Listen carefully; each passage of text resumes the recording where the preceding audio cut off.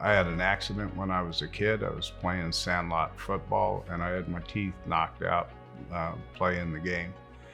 And that's resulted in a lifelong of in and out of going to the dentist for various work. Burton came in looking at the possibility of getting a few missing teeth replaced. He also had multiple teeth that were not in a very good condition, and reassured him we will go with whatever he finally decided, but that we felt we could offer him something better. My greatest concern was not the procedure itself, because I've been through every type of procedure you can imagine that dentists do,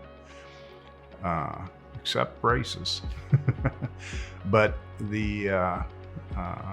my biggest concern was the anesthesiology aspect of it. But when I spoke to Dr. O, he had told me, first of all, he assured me on everything. And the biggest assurance was, I've done this over 15,000 times. I've never had a problem. I've never had to take anybody to the hospital. And I found that quite reassuring. What then followed was an acquisition of CT scan, an impression, digital impression, and then being able to show him what we could do with his smile.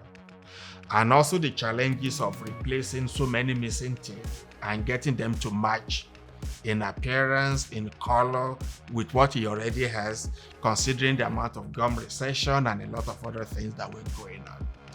And with that, he quickly came to the realization that yes, the one-day guided smile procedure was actually a very good fit for him.